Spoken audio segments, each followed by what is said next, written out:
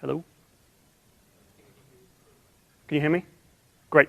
Good afternoon, and welcome to the last session of the day. Before we get started, I'd like to introduce myself. My name is Sam Spencer, and I'm a program manager on the Windows team. I moved to Windows about 2 years ago to work on the HTML5 platform for building Metro applications. Prior to that, I spent about 10 years in our developer tools division working on different parts of Visual Studio. And so what we're going to talk about this afternoon is how to build data-driven collection and list apps using HTML5. And we're going to focus on the data part of this talk. So you may have seen Ryan's talk that immediately preceded this. He went into the behavior and layout options for ListView. I'm going to focus on how to manage and present data in lists. And so why do we care about that? Well, lists are everywhere. Your mailbox, your mail application, that's a list. Your Twitter client, you have a list of tweets, a list of friends, a list of followers. A product catalog on a site like Amazon or eBay is a list of products. It's a list. A shopping cart is a list. If you do an application for foodies, it may have a set of recipes, which is a list, and then within those, a set of ingredients. They're all lists. And it even applies to games. A high score table is a list. The cheat sheet that I'm reading these off is a list. This PowerPoint, this slide, is a list. So lists are everywhere. And so what we're going to talk about is how to manage and present the data from lists and bring the data from disparate sources into your application so you can present it to your users.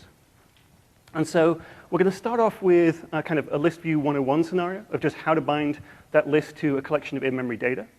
We're going to look at how we can format the data and take each item from that and convert it into its HTML.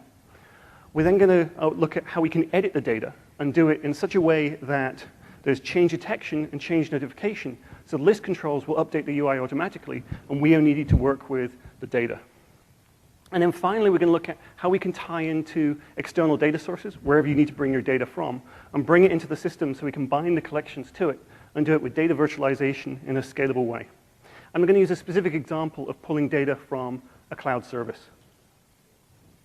So hopefully by this stage in the conference, you're pretty familiar with the Win.js library. It's a JavaScript library we're including that makes it much easier to build Metro-style applications. So it's got styling, a bunch of utility functions, and controls. And the controls we kind of care about for lists are the ListView control, which Ryan went into in a lot more detail. And that implements the Windows 8 personality for lists. So you can either have a vertical scrolling list or a two-dimensional grid of items that then supports horizontal panning and scrolling. There's another list control we haven't talked much about in this session or kind of in this conference, which is the flip view control. And it provides a one-up view of an item. So it's a kind of item at a time that you can then flip through kind of like pages in the book. Now, I'm going to focus on the list view control, but everything that we do with the list view, we can equally do with the list view. It follows exactly the same principles, the same way you supply data, the same way you supply templates, the same way you work with the collection. If you missed Ryan's talk, I'd recommend you catch the video of that. They're kind of published a day or two later. And so let's start with a real simple scenario. How do we present a collection of items? And so what we need are three things. We need our data in a way that can be consumed by our list control. We need a way to convert the items of that data into HTML. And then we need a control that will lay those items out, provide the virtualization and interaction behavior. And so let's take a look at an example of that. For the demos in this talk, I'm going to use a simple scenario of a word game.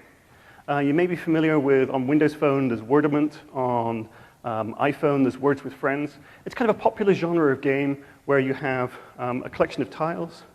Let me flip across. This is my kind of ugly version of the game. You can see why I don't work on Jensen's team. But down here, I have a list of tiles. Right now, it's just 3 letters. And from this, you can form words and play the game. And so what we're going to focus on in this session is how do we get the data into this list and manage the data in the list. And so to build this control right now, if I flip across to the source, we'll start with our JavaScript. We first of all need our items. And so what I've done is define an array. This has got items with 2 fields in it, a letter and a counter. It's defined using JSON syntax. We then have wrapped that in an array data source and set that to a global variable. So that's kind of the data portion of our solution. We then need a way of converting that data into a UI. And so what we're using is a declarative template. And so we're using data-in-control to specify this as a template. Inside of that, I have a div, and I'm binding its inner text to the counter. And I have a span, and I'm binding its inner text to the letter field. And so that matches to the two fields we declared in our data. And then finally, to pull it all together, we have a ListView control. So it's a div that we're specifying using data-in-control to be a ListView. And in the options, I'm pointing that at the global variable for our items. And the renderer is our declarative template I just specified up here. And finally, we're saying we want to use a grid layout with one row for it. And so that's all I need to actually produce this view of the list.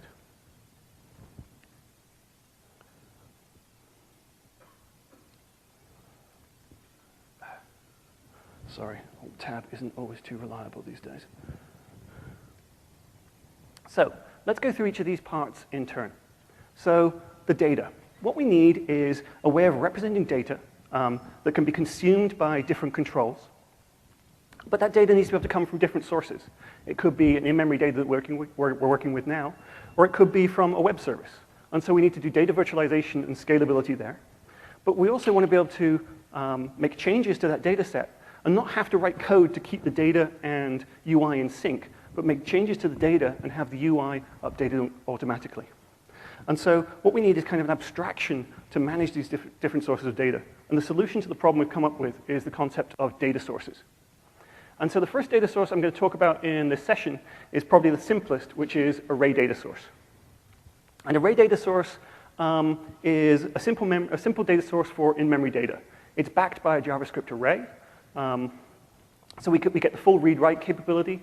When we use the data source API, we get change notifications. And we can also reorder items if we need to. The only real limitation with array data source is because it's using an array, all the data is in memory, so it doesn't scale to very large data sets. But we'll talk about how to use large data sets later. Arrays are typically addressed by an index, but for our edit operations, we want to be able to refer to items uniquely, and so we need a key operator. And so with array data source, we can either let it generate keys automatically, or if we want to have controls over the keys, when we initialize the array data source, we can specify a keyoff function that'll be handed the item and is responsible for determining a key based on the item's data. So as long as you can make sure that each item has unique data, you can form that unique key. So let's update our game to actually generate letters randomly rather than just kind of have fixed items in there.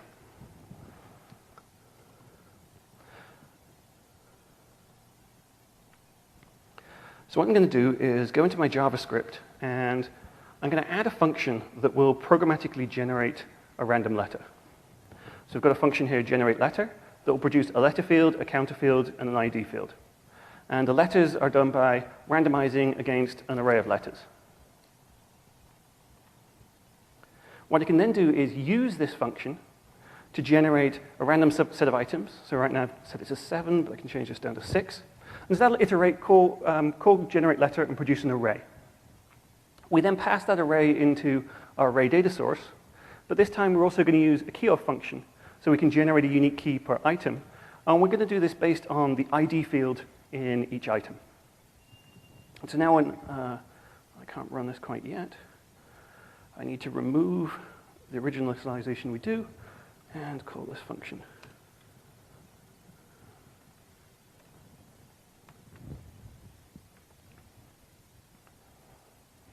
So now when we run it, we get a random set of letters.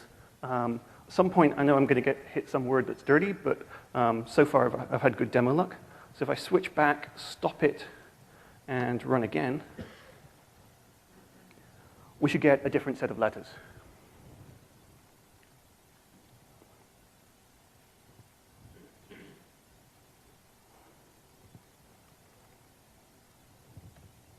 So that's how we're going to represent our data. Now what we also need is a way of converting each of the items from that data set into our HTML, so we can then have them laid out. And there are two ways of doing that. The first is we can create our own custom render function. It needs to be handed an item and return back a DOM tree. Having a function is great. You've got great power and flexibility. But it's a bit arduous to write, particularly if, as common in developing applications, you're constantly updating the UI. As it's imperative code, you can't use tools like Microsoft Blend to go and adjust that. So the alternative we have is the ability to use a renderer or a template. And so if you're familiar with like ASP.NET, WPF, Silverlight, jQuery, a bunch of other JavaScript frameworks, they all have a concept of templates and data binding. And so we've also added that to the WinJS framework. And so what templates allows us to do is declaratively specify, here's a blob of HTML that I want you to be able to programmatically instantiate and create multiple versions of. I like it to kind of a stamp in a factory production line that's going to take the parts and just stamp out take the materials and stamp out multiple parts from it. And so we can use templates in our list scenarios, but we can also use them elsewhere in our applications if we need to programmatically generate lots of content. So if our template defines the shape, what we need is a way to get our data actually into that shape, and we can do that using data binding. Now, the cool thing about data binding is it isn't just a one-shot operation. It'll actually create a permanent connection between the data item and our UI element. And with appropriate change notifications from the data item, if that changes, the UI element will update automatically. And so this allows us to get to kind of the view model where we can make changes to our data and have the UI update. Now, quite often we'll find that the data isn't in exactly the format that we want. So take, for instance, you've got an application and you want to present a date. But in one place, you want it as day, month, year. In another, you want it as kind of a difference from the current date. So it could be 2 months ago, 2 weeks, 2 hours, 2 minutes ago, et cetera. Now, what I could do is embed a string for each of those formats and the date in my data model. But then, anytime I change the data, I'm going to have to make sure I update those different copies. So the more optimized way of doing it is to be able to convert the data to the right format at the place where you consume it. And so we can do this with a binding converter. And so let's step through some code and look at how we can use that in our word game example.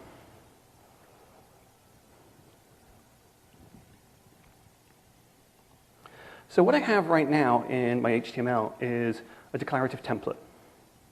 And so it's declared. We're using the DataWin control to specify this is a template.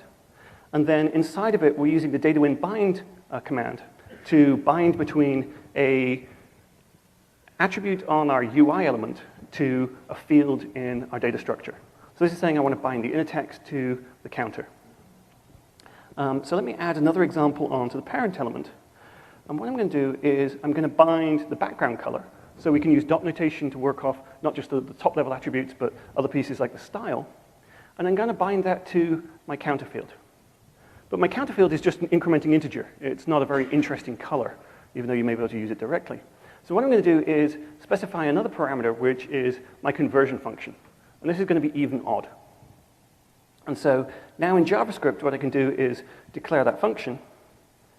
And so what I'm going to do is create a new binding converter,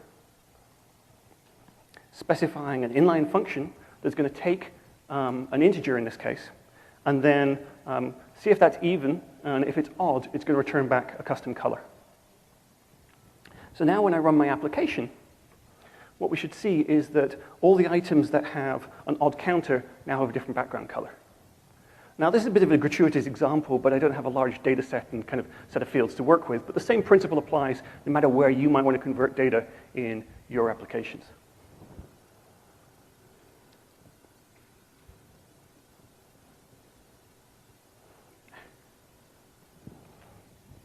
So what we now have is an application that's showing a collection of letters, but they're static. We're not doing anything with them. So now what we want to do is kind of implement more of the functionality of the application, which is how do I go and update that collection of data?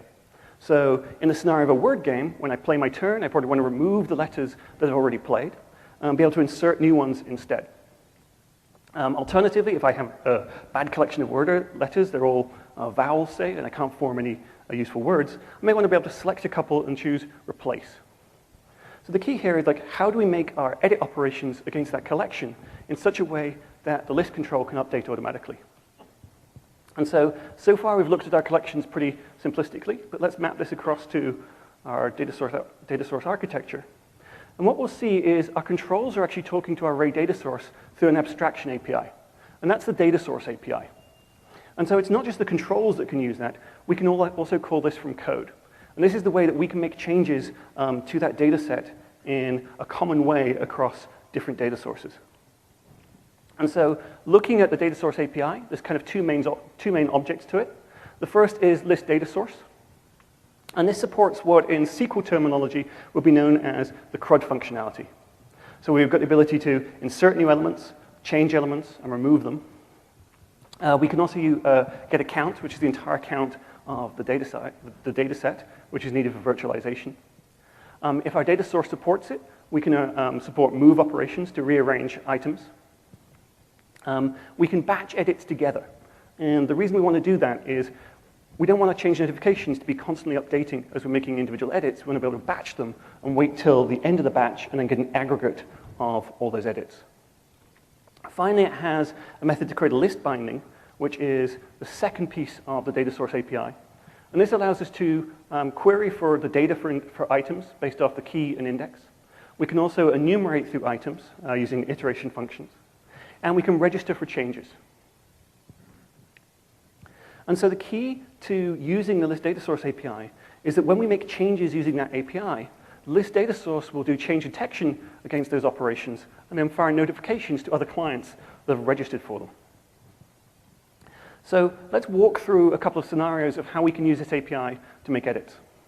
So the first and the simplest is how do we append an item to our collection? And so the simple pattern, first of all, we get the data source object. It's usually easiest to get it back off our list control. We can then call insert at end, and if the data source needs a key, we can specify it, but quite often they'll generate them themselves. And then we need to pass the data, and that's in the same format that you would have stuck it in an array, for instance. Just about all of our data source operations are asynchronous, because we don't know if they're working against an in-memory data source or some service off in the cloud. And so anytime you're going to do something that could take time, we need to be an asynchronous API. So our insert returns a promise.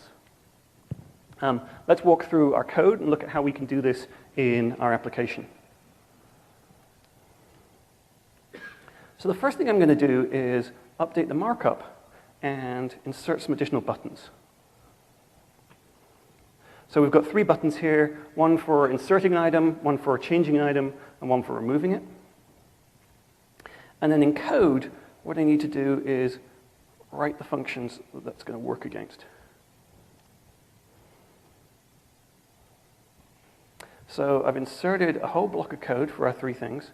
Don't worry about trying to read it right now. We'll step through each of them individually.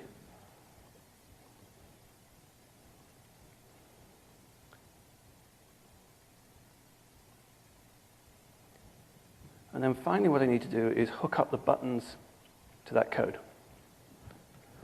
So now when we run,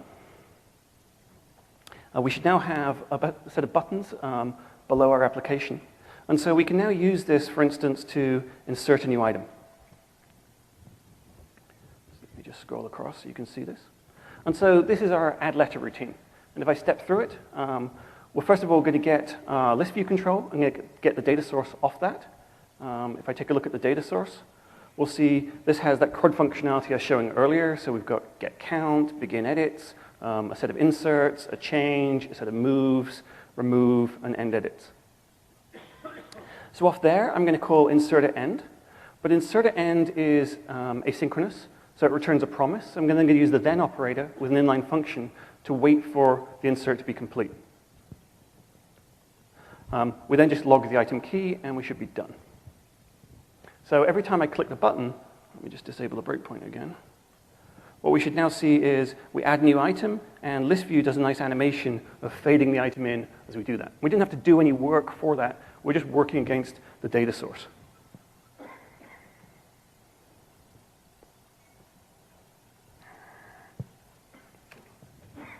So I said that all of our data source APIs are asynchronous.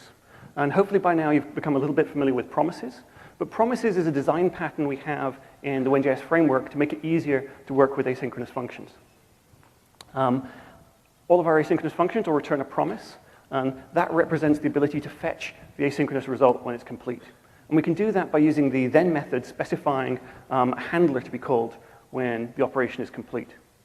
But the nice thing about promises is it allows us to synchronize a set of asynchronous operations. So we can chain thens together to actually perform asynchronous operations after one another. Or if we need to call a bunch of asynchronous operations and then wait for them all to be complete before we do something with the results, we can wait for all those to be complete by using a promise.join, passing in an array of promises. Chris Deveris, who's sitting back there, had a really great talk on the WinJS framework. So if you want more details on this, I recommend you look at the video of that. So the next scenario is, how do we go and make changes to items? So in my case, I'm just going to change letters, but it could be more interesting if this was an HR application, you need to update the employee database or something. And so to make changes, we made a design decision, which is we need to be able to refer to items uniquely. And so we're going to do that based on a key. And so if I don't have the key, and here I'm working off selection, so I just have an index, I need a way of getting from the index to the key. And so I'm going to use the list binding object, which is that second object, map it to your kind of view, in the diagram that I showed. And then off that, we can call from index to get the item data, including the key. Again, that's asynchronous, so we need to wait for it, and then we can call change on the item. So let's take a look at the code for this, and I should already have breakpoints in there. So what I can do is, say, select this O letter and choose change. We're going to go through the same kind of pattern, get our list view, get our data source off it, confirm we actually have a selection, get that list binding object, and off that, asynchronously get the data for the item. And I'll set a breakpoint in here so we can wait for that to be complete. We generate our new data, copy some stuff across that we want, and then call change. And so again, that's asynchronous. And so what we can do is return the asynchronous operation from one promise and then chain another then on the end of that. So in this, if I run to here, we're done, so we can release our binding. And our letter that I think was originally an O should now have changed to an L. Now, let me go back and remove my harlequinization, because that gets a bit confusing here. So I'm just going to remove that binding. So now, for instance, I can select my W, choose change, and that will continue to update it every time I hit the change button.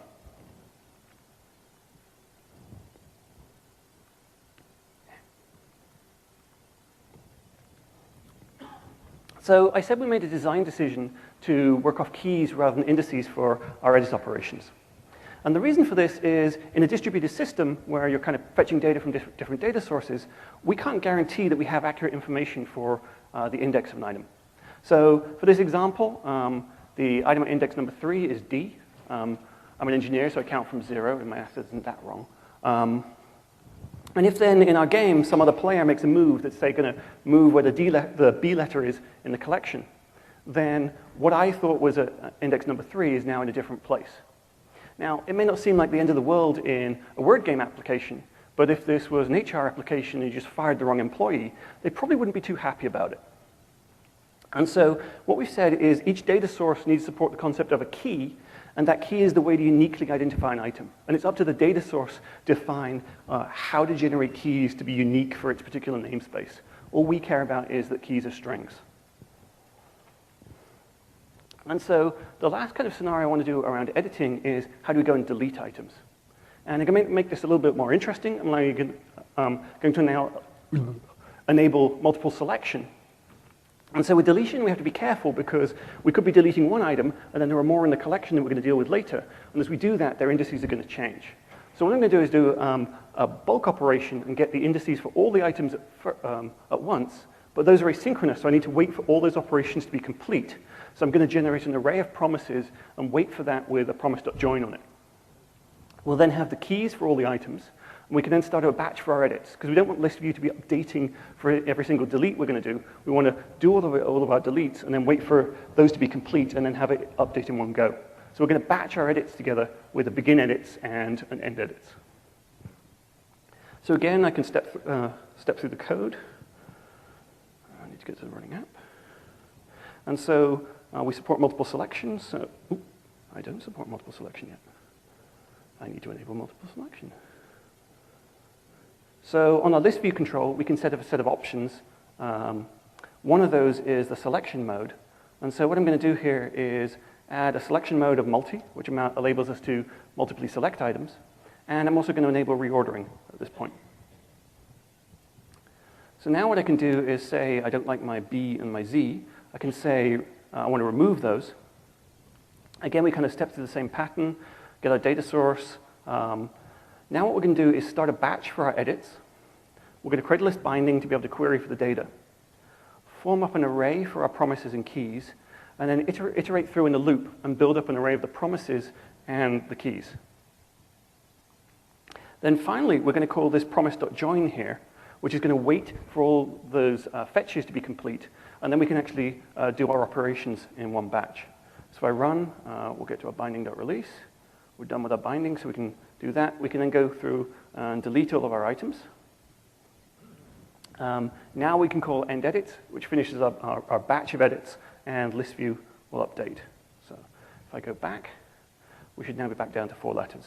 So in kind of summary, I can insert new elements, I can select an element and change it, and I can select multiple elements and remove them if I get my breakpoints right.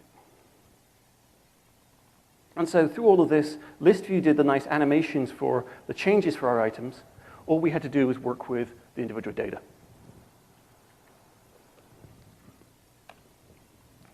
So ListView is listening for change notifications. But it can also make changes itself. So I enable drag and drop to rearrange items. And so when it makes those changes, it's going to use that list data source API and make changes to the collection. And so in code, we could even listen for an event after ListView control. Or what we could also do is register for change notifications ourselves. So we can use the same API that ListView did to register for its changes, and we can listen to changes that it's going to make. Now, to scale to very large data sets, we don't want to notify of every change that could happen across the entire collection. So what we need to do is register on the particular items that we care about, and then we'll just get notifications for those or changes that will affect those. So if there's an insert before, we'll know about that. But if there's an insert after, well, we don't care. And so to listen for notifications, what we need to do is create an object that supports the list notification handler contract. And so really this is just an object that has 4 methods on it: inserted, changed, moved, and removed. And these are the methods that will get called back when a change is detected. We then use that create list binding method that created that separate object instance, passing in the notification handler. From the list binding, we can then register for notifications on particular items by calling retain on the item promise. And we do it on the item promise rather than the item, so we can actually listen for changes before we even actually got the item data back. Our list binding is going to be consuming resources while looking for these changes. And so when we no longer care about that, we should release it to release those resources. So let's step through some code that does this. And so the first thing I'm going to do is add another button to my collection. So I've got my 3 here. I'll add a 4th. And this is going to call a register for notifications function. I'm also going to add an output div that I think with the screen resolution we won't be able to see too easily, but we'll see what happens. And that will be where we actually go and output information. And so then in our code,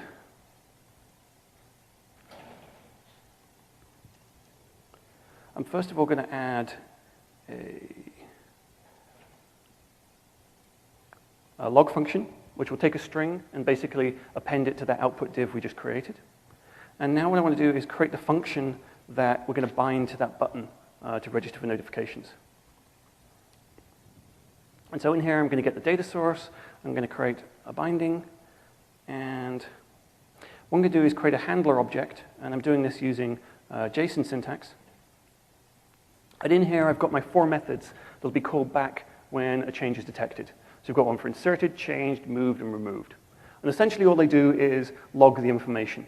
The only one that's slightly different is the inserted, where we're also going to register for changes on a new item that has been added to our collection. Finally, what we need to do is use this object in our create list binding. And then off that, I'm going to get the count and iterate through each of the items and register for change notifications on them. last thing I need to do to hook this up is hook up the button to that method, and we should be good to go.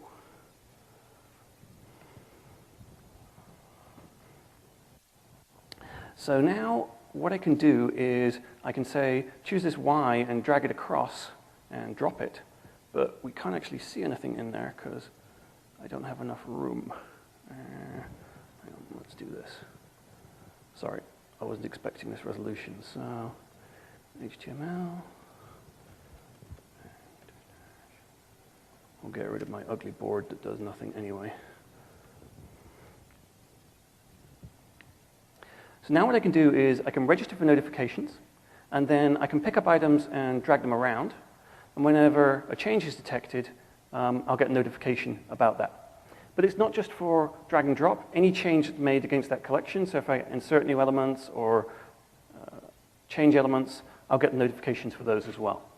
So in addition to using this for listening for changes from your ListView control, if you're doing kind of a modular application, you could have a common data model and different modules of your application that may make changes against those, and actually use this mechanism to detect changes that are made by other modules without actually having to have a tight coupling between them.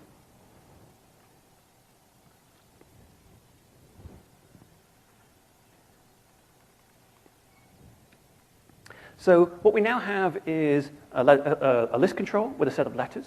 We're dynamically generating data, and we can update that data as well. But it doesn't make a very interesting game when you're kind of playing against yourself, against an in-computer randomizer. You want to be able to play against other people.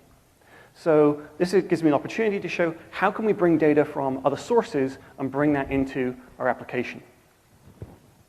And so going back to our list data architecture diagram, it's not just my bad drawing skills why array is here. It's also so that we can fit in additional data sources in the diagram. So the first I want to talk about is the storage data source. Now there's a great talk, I think 2 sessions ago, by Ed Averett on the storage data source. So if you want to learn more details about that, you can catch his talk.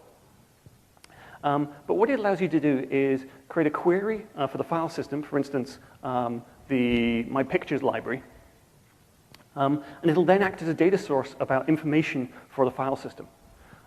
So I could bind a ListView control to that, and I then get a list of all the pictures in my pictures folder. But it also does the file system change detection. So if, for instance, I plug in my camera and start copying additional pictures across to that folder, it'll do the change notifications, and ListView will update automatically. Similarly, if I go edit pictures with Photoshop, rename them, delete them, it'll send the appropriate change notifications, and list control will update. So if you want to build an application that's kind of showing data from the file system or showing files, that's a great way that you can do it. But we also have the extensibility to be able to go and create our own custom data sources. And this allows us to bring data in from different places. So for instance, one source could be the cloud. And it could be existing services such as Bing, Twitter, Flickr, Facebook, wherever you want there. Or it could be your own custom services. The HTML5 platform also has additional functionality like IndexedDB, which is a lightweight object store. And so if you want to store data kind of temporarily there, you may want to create a custom data source to work against that. Finally, you could use a custom data source against WinRT APIs. So for instance, there is the syndication API that makes it really easy to work with RSS feeds. So you could hook up to that, or your own object if you want. Create a native component in C# or C++, and bundle that with your application, and call into that from a custom data source. And so for my word game application, what I want to do is pull data from a cloud service. I want to be able to kind of like pull data from that different clients could be working with at the same time. For my particular example, it doesn't matter if you're not interested, but I'm using a WCF data service talking to a SQL database, and that's then hosted on Azure somewhere in the cloud. I believe it turns out to be a containerized data center in an industrial park outside Chicago, but it's much easier to just say it's hosted in the cloud. And so to create our own data source, we'd need something that supports the list data source API. And there's quite a lot of kind of heavy lifting in there in terms of enabling the appropriate caching for data virtualization, change detection, et cetera. And so rather than requiring you to implement all of that functionality yourself, what we've done is provide an object called list data source that does a lot of that heavy lifting for you. And so rather than having to implement the more complex contract, you can implement a simpler one, which is list data adapter API. And the advantage about List Data Adapter API is it's stateless and REST-like. So List Data Source will do the caching and change detection work for you. And it's also pay for play. So you only need to implement the functionality that you need for your application, for your scenarios.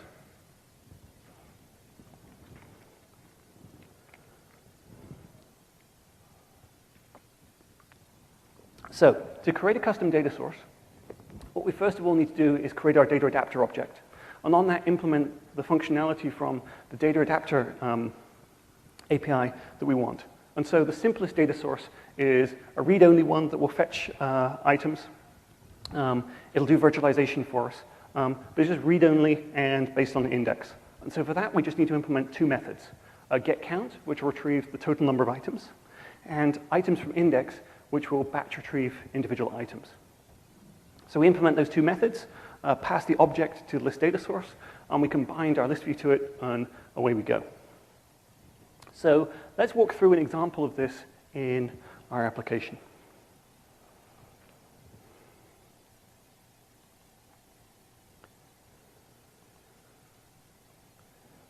So the first thing I'm going to do is reference another script file where I have my URL hiding. So I've got another file in here. Let me just quickly show it. Service.js that just has my service URL hosting it as Azure on the staging server. So I include that, so I get a global variable for that. And now what I want to do is write my functionality that uses it.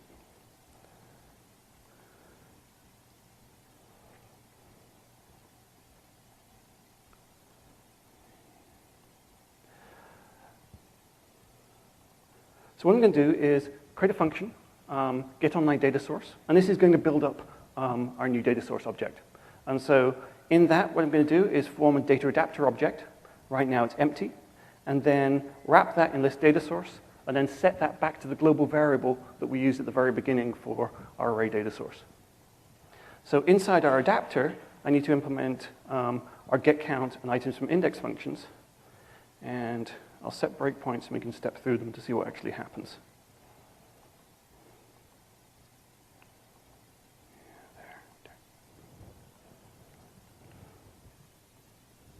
Finally, what I need to do is change my call to actually do this rather than use my randomization function.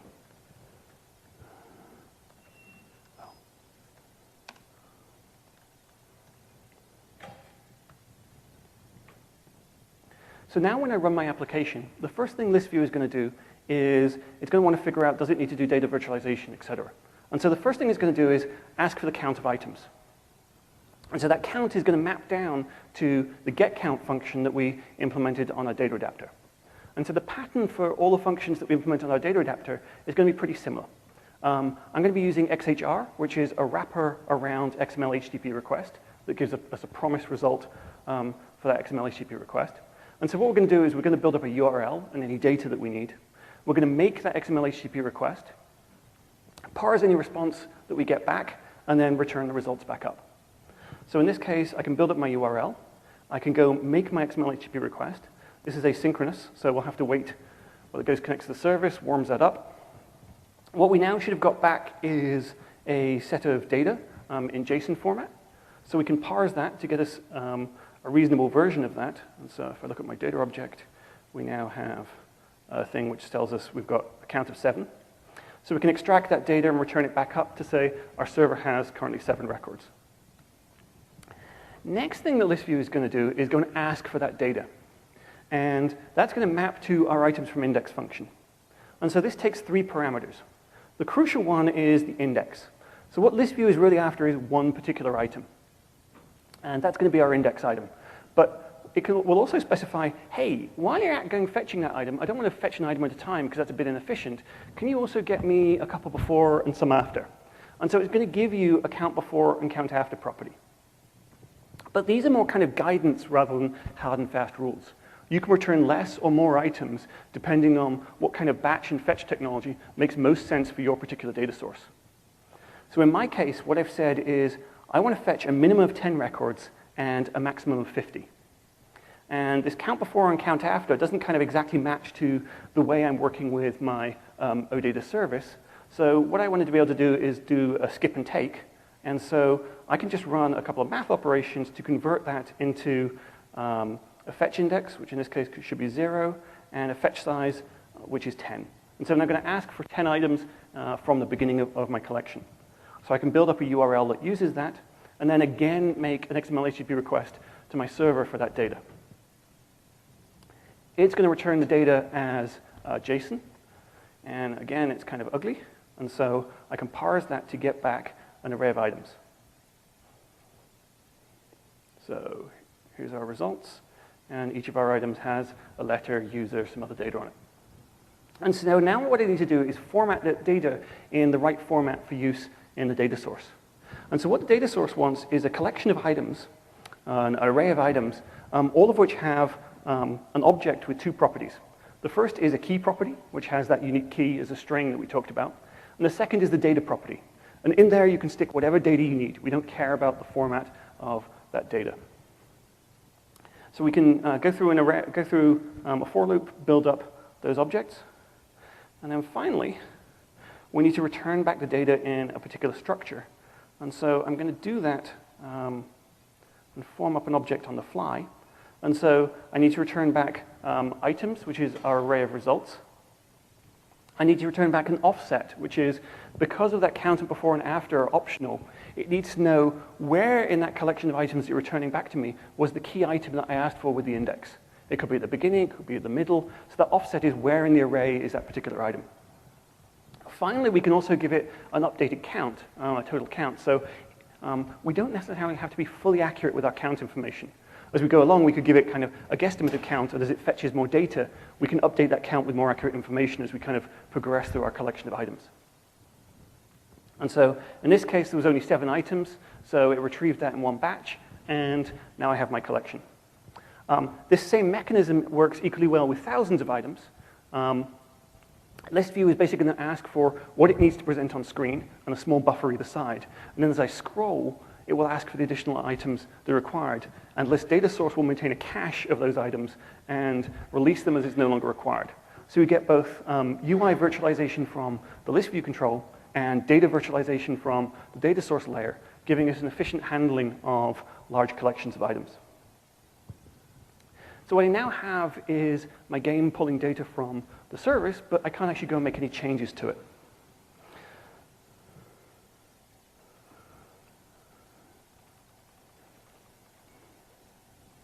So next what we want to look at is what is the capability of this listed data adapter API. So far we've just done items from index and get count, which retrieves items based on index. If we wanted to in our data source, we could also do enumeration of items based on the key, and items from start and items from end. If we want to do change functionality, we could add insert at end, change, remove, that kind of map to those change functionality I created earlier. If we want to support ordering in our data source, we can implement the full gamut of insert operations. So that's at the start of the list, after an item, before an item, and at the end of the list. And similarly, there's the same gamut for move operations. And then finally, in our data source, we can implement notifications if we want. So an example of this was the storage data source. It is using file system detection to determine changes there, and then updating any consumers of that information when the data changes. And so there are 2 scenarios where we can use these change notifications. The first is kind of like the file system data source, where it's looking for changes that are going to happen externally. The other is you may not like our format of edit operations. If you're writing an HR app, you don't tend to delete an employee, you tend to fire them. And it may not just be the employee record, but there's payroll, benefits, all sorts of other things that need to be coordinated. So you may want to develop a system where you have different operations, such as like fire employee. But then in your application, you want to see the list of employees. And so that fire can then fire a notification to say that it was actually a remove operation as far as the list is concerned. So you can use the notifications to kind of handle your own custom edits and then report those edits back in a format that the controls will understand. So the next thing I want to do is add the change functionality to my data source. And so what we're going to do is implement our insert at end, change, and remove. So if I flip back to our application, So far, we've got our data adapter with a get count and items from index. What I can do is extend that with an additional 3 methods. And so those additional 3 methods are format, insert at end, change, and remove. And all 3 of these methods follow exactly the same format. So what I'm going to do is set some breakpoints here. And to call these methods, we need kind of functionality from list data source. And so I can also add breakpoints on the buttons that we originally added earlier.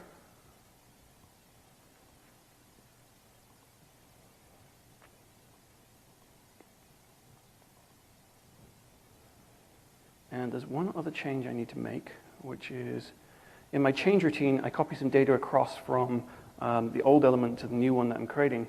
And I need the metadata that has the URL on it for our online items.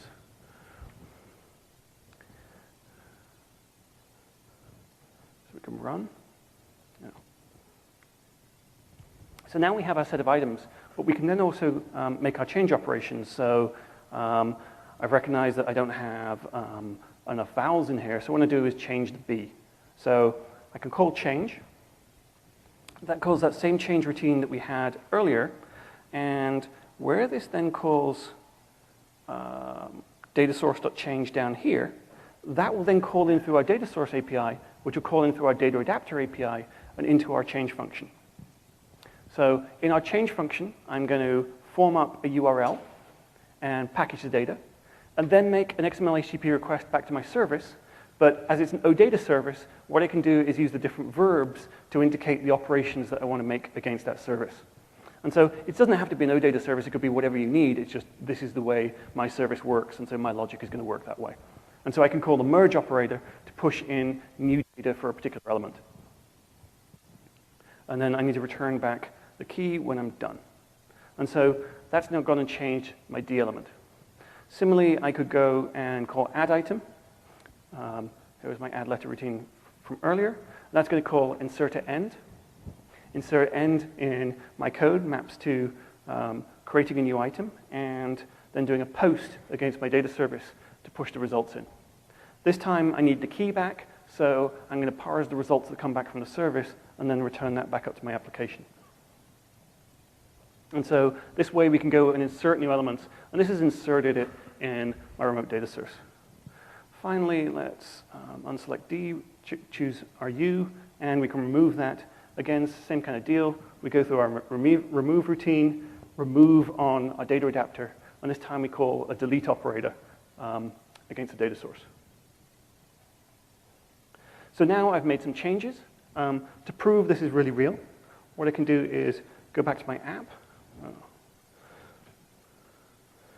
remember the set of letters. If I come back here, I can stop and restart.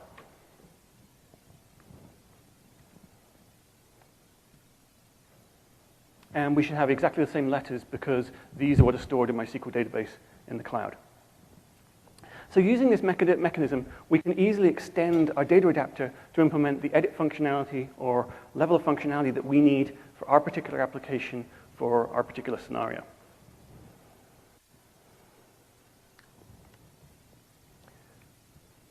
So, in preparation for this conference, we did a fair amount of application building internally.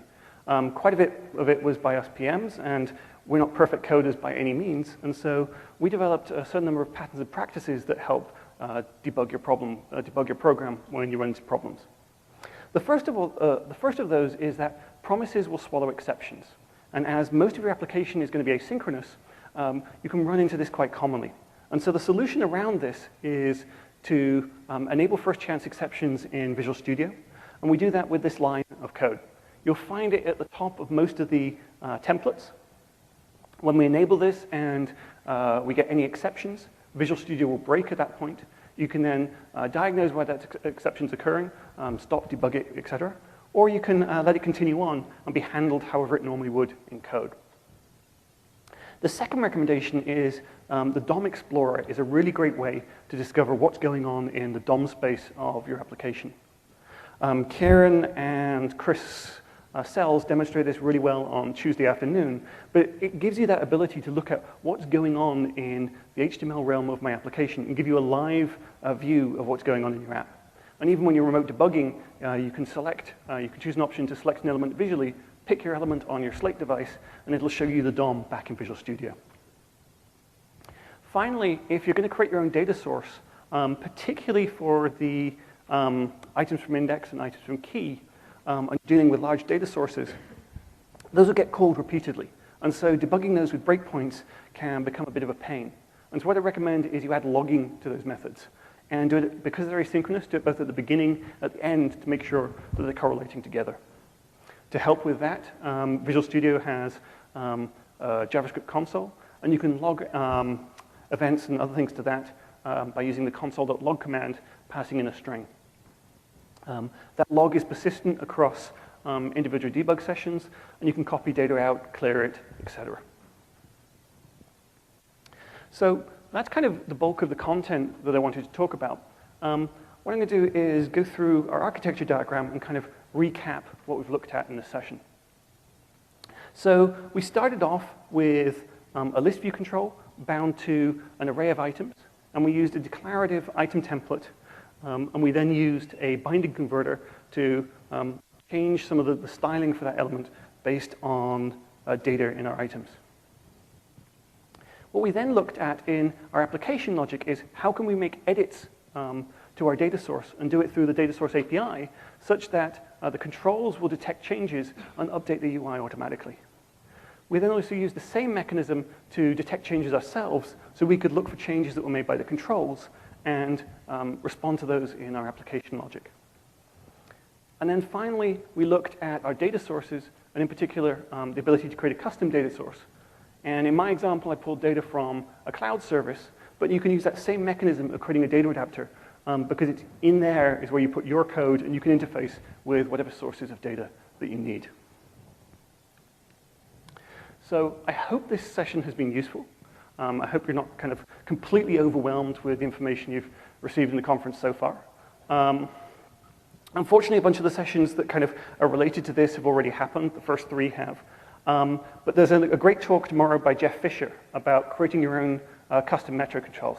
So if you don't like our ListView or our FlipView control, he's going to talk about how you can create your own controls in the same mechanisms that we have. There's also the Windows Dev Center. There's forums and things on there. There's a great set of samples and SDK samples. In fact, the letter kind of managing your tiles, I created a sample in there that you might want to check out, has most of the code that I used in this session. So thank you very much. Have a great day, and enjoy the rest of the conference.